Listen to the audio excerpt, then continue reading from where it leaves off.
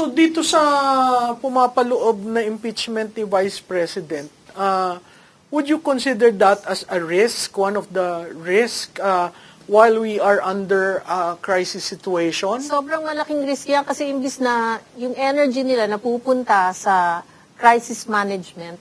Kasi extreme crisis to by end of April, pwede tayo mawala ng gasolina. Walang gasolina, walang kuryente. Everything will stop.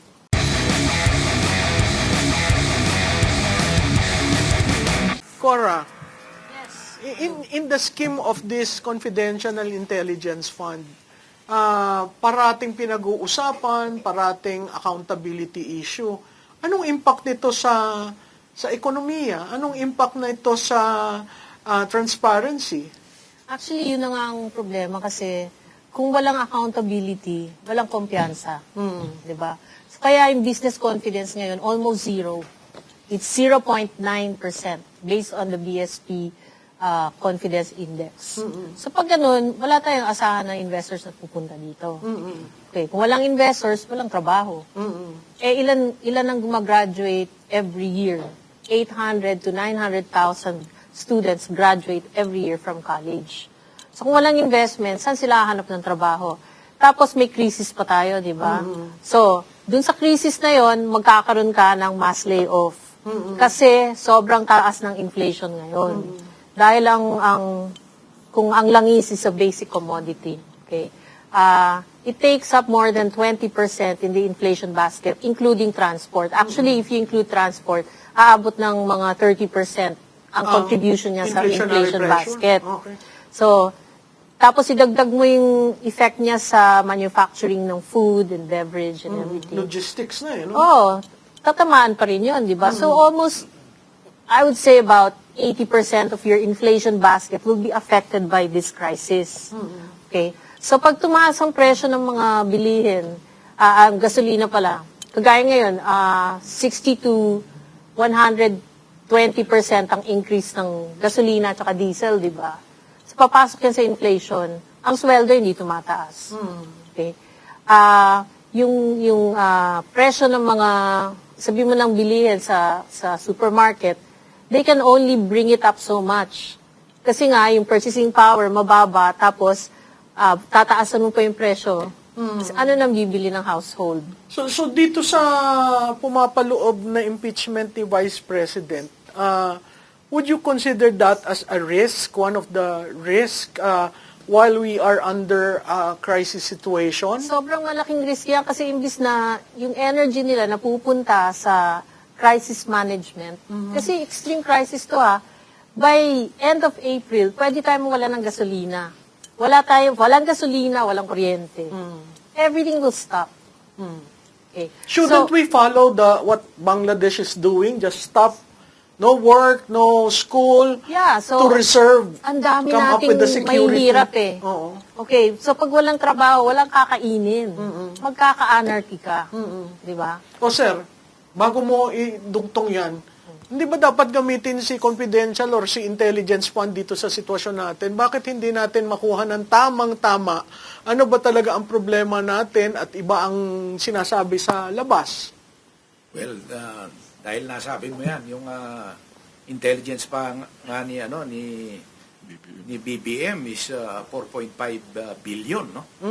Dapat yan ang tinututukan niya na alamin kung ano ang dapat na ano ang nangyayari at mangyayari at ano ang dapat na responses dito sa Kasi mga magkakaiba ang mga sinasabi Ayun na nga, ang problema, ang nangyayari is ang tinututukan nila is yung politika, yung like for example, itong impeachment and i-demolish yung mga ibang political opponent nila.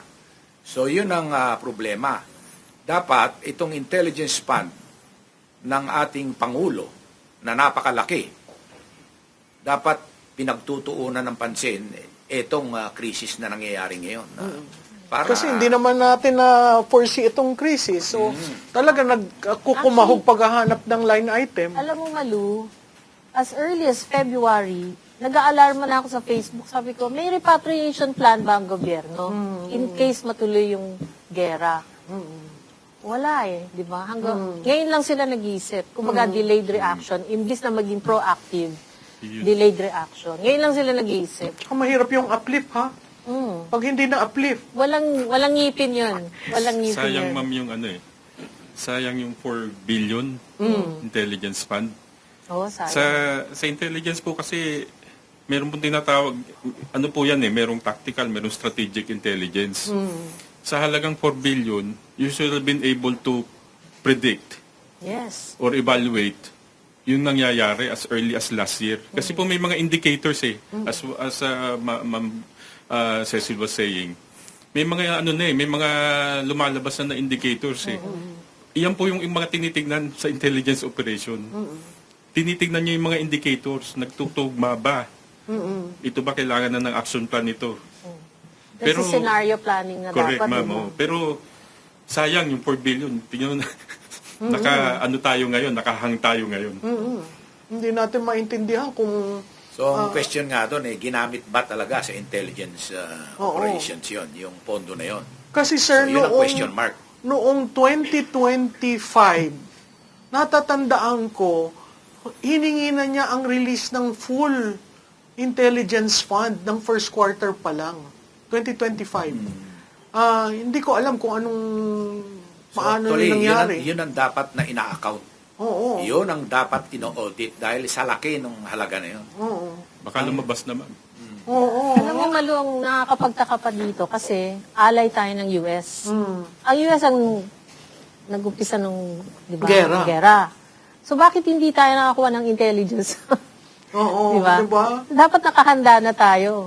Parang yung intelligence natin hindi tama ang paggawa at kahapon nagulat ako sa National Security Council doon sa presentation nila sa Senado at sinasabi nga nila na kailangan mag-convene ang National Security Council.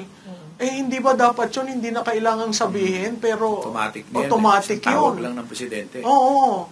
At saka natatandaan ko, hindi ko alam kung kanino kayong presidente naglingkod. Merong command center talaga na nakaset up, monitoring all these things.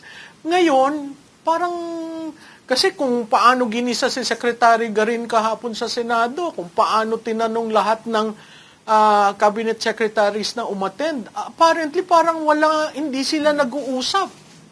At mali ang sinasabi sa taong bayan. Kaya nga, di ba, nagsabi si si Yusek Claire Castro, sabi niya, walang crisis. And then 2 days later, nagkaroon ng... Hindi nga 2 days On the 1 same day. Same day pala. Sa umaga, nagsabi siya, walang crisis. Amo naman yung BFF ko. Di kaagad, sumagot ako.